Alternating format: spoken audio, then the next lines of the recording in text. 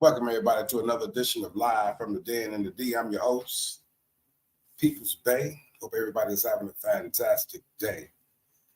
I have a question.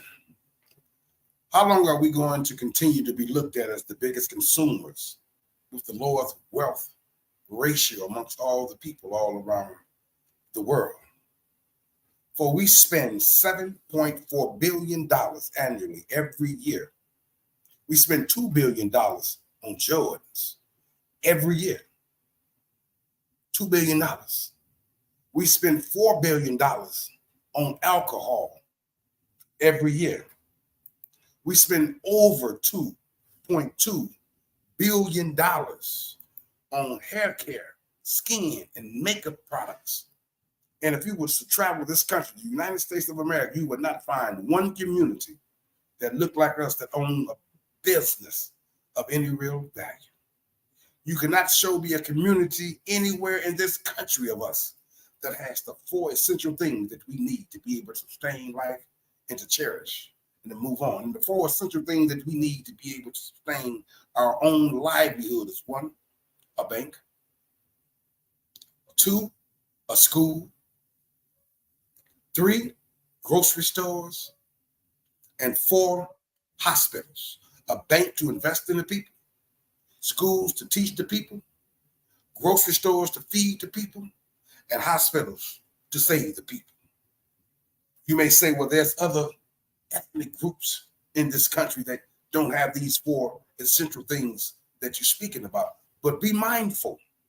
Be mindful. Let me read something to you.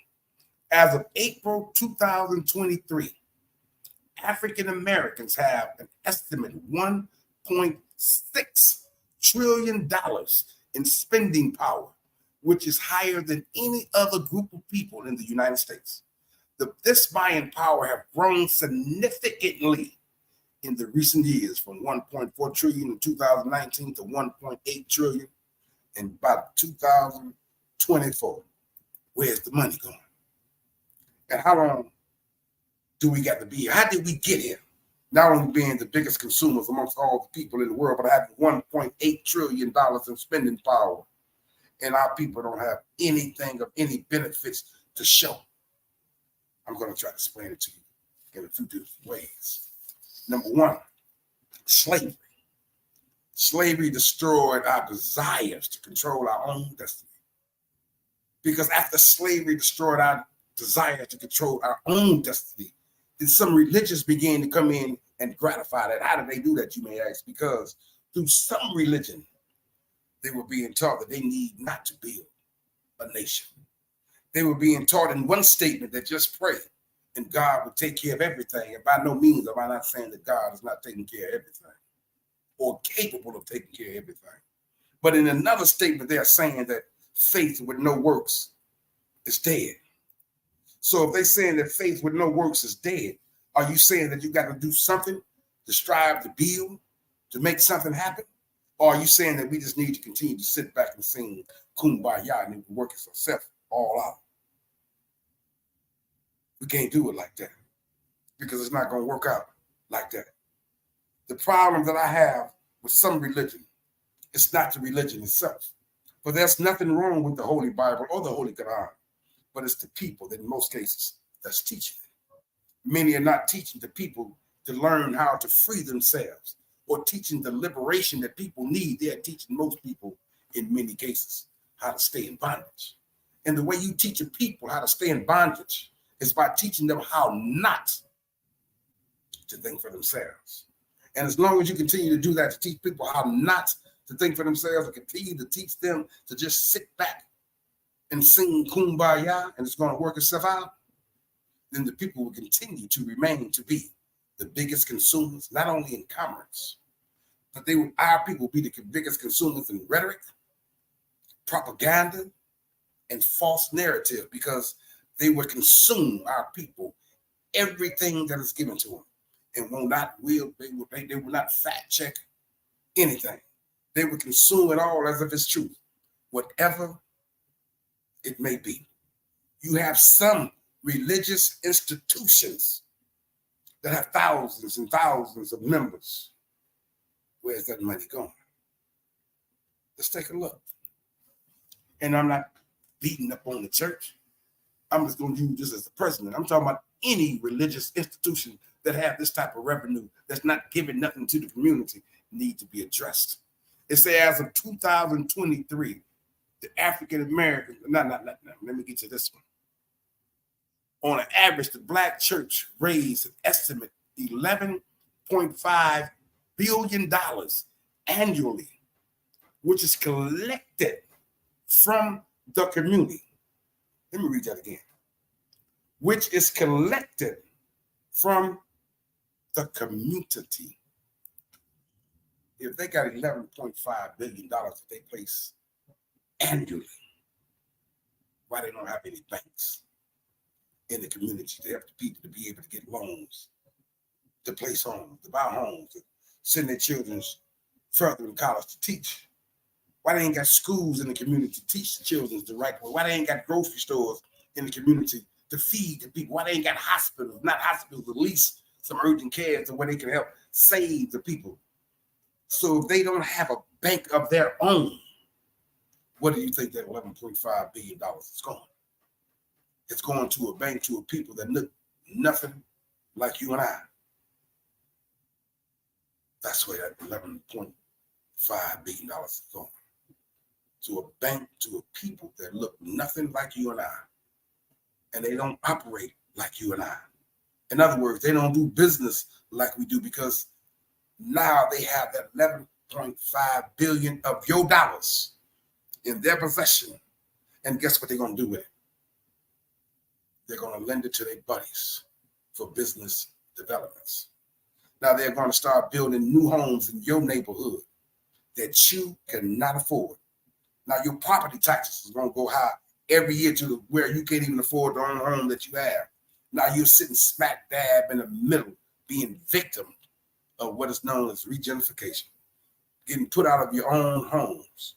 Now you're going down to the bank where the religious institutions put that $11.5 billion in and try to apply for a loan to save your home, to send your children to get a higher learning. And guess what?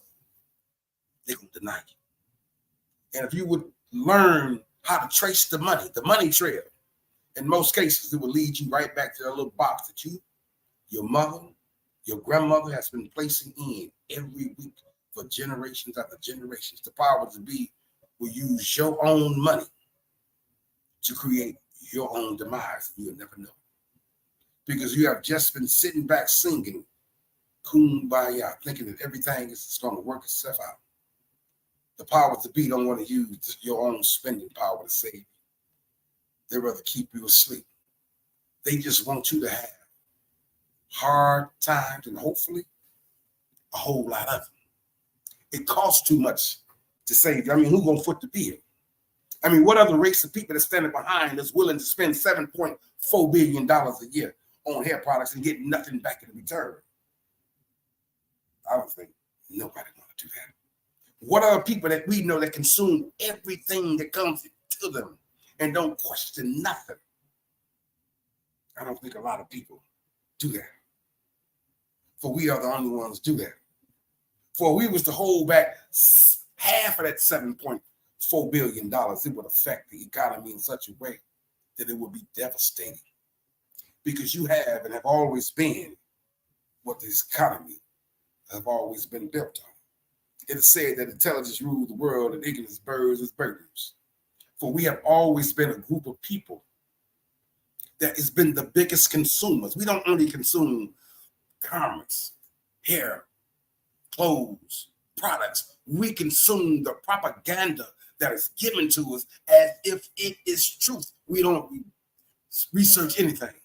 We don't investigate nothing. We just take a bit of the sound bites that is given to us and create this ideal to where we go against each other. Now they got us arguing about the Republicans and the Democrats. They saying the Republicans are the ones who abolished slavery. Well, what was they at when it first started? They saying the Democrats is the ones who created the Ku Klux Klan. But what was the Republicans at when they was killing us? So now they got us sucking in all this rhetoric all this propaganda, all this false narrative, as if it is truth, as if we finna vote for somebody that's going to actually make a change. And we've been here 40, 50, 60 years, and our parents been even longer, and ain't nothing changed. We haven't even started our own party. We haven't even had enough courage within inside of each other to be able to create our own thing. We got $1.6 trillion in spending power. We are the richest group of Asiatics, or what you call African Americans or blacks, that exists today. And we don't own nothing. We don't own a grocery store. We don't own a liquor store. We don't own nothing. We don't own any kind of businesses that is essential to our people. But yet and still, we want to brag about going to all these HBCU colleges. You done went to a HBCU colleges, all these different colleges, and pledged in these these fraternities and sororities, some type of Greek philosophy. You done went through all these schools for all these years, got all this education and came out of the school and don't even know who you are. They done dropped you off the wrong. You're talking about you pledging something in Greek, not knowing that all the information that was given to the Greek philosophy came out of Egypt. So you only went so far. Now you somewhere in Rome. Now you've got all these different degrees and you still coming out here talking about you Negro, black, and color. We didn't consume everything and we ain't fact checked nothing. So now we want to look rich but not think rich. Now we want to act tough but not tough. We have been taught to hurt and kill one another so much that, like I said, it don't even hurt no more. Because we are the biggest consumers. We like a sponge. We consume everything. Even a cow eat all day. And at the end of the day, it regurgitates that which is no good. We don't regurgitate nothing that's no good. We just full of poison. Because we accept everything as face value. We are the biggest consumers. You have children who their parents rather spend $300 for a pair of Jordans, but won't spend $10 for a book. That's where we at. You have people. I remember a time when you couldn't buy a car without a cosigner, and the cosigner might have had to have a cosigner. Now they're giving our children 18, 20, 25 years old Hellcats and Scat Pack. These cars cost $70,000. He ain't got a job. He's sleeping in his mama's basement, paying $700 for the car, $500 for the insurance. He paying $1,200. There was a time you couldn't do that because we are the biggest consumers. We just want to look the part, not even know what part we look at. We're spending over $2.2 billion on hair, skin, and makeup products because we are so ashamed of our identity. We're trying to find something to relate to identify with. Now, here it is when a person do try to start a business in our community that open up a shop where they're selling hair, nails, makeup products.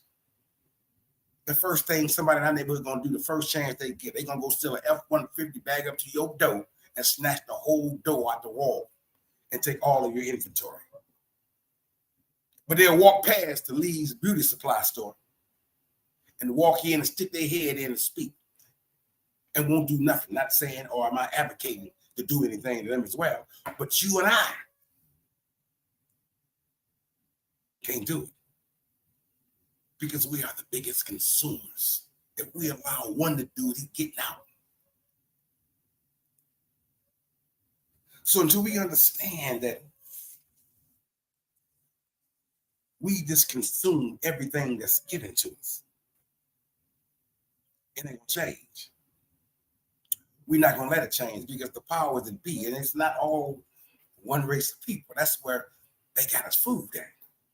We're looking at one particular people that's doing all the evil and nonsense, but sometimes, some of the people that's responsible for keeping us in bondage is people that look just like us.